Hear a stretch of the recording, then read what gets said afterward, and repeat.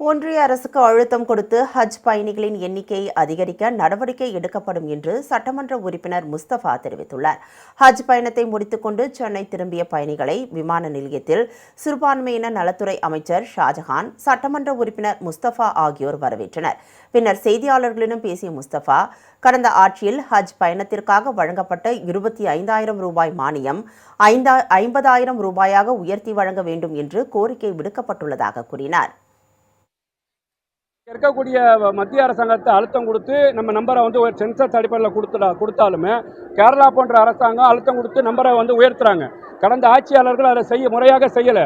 கண்டிப்பாக honourable chief minister Vijay sir government அதுக்கான அழுத்தத்தை கொடுக்கும். நீங்கள் கேட்குற மாதிரி அடுத்த ஹஜ்ஜிலேயே பார்த்தீங்கன்னா ஒரு 8,000 பேரோ 9,000 பேர் இருந்தால் எந்த திருச்சி பன்னாட்டு விமான நிலையம், சென்னை பன்னாட்டு விமான நிலையத்தில் பிரித்து போகிறதுக்கு வாய்ப்பு இருக்குது. இது அவங்களுக்கு இதுதான் சுலபமாக இருக்கும்னு நான் சொல்கிறேன்.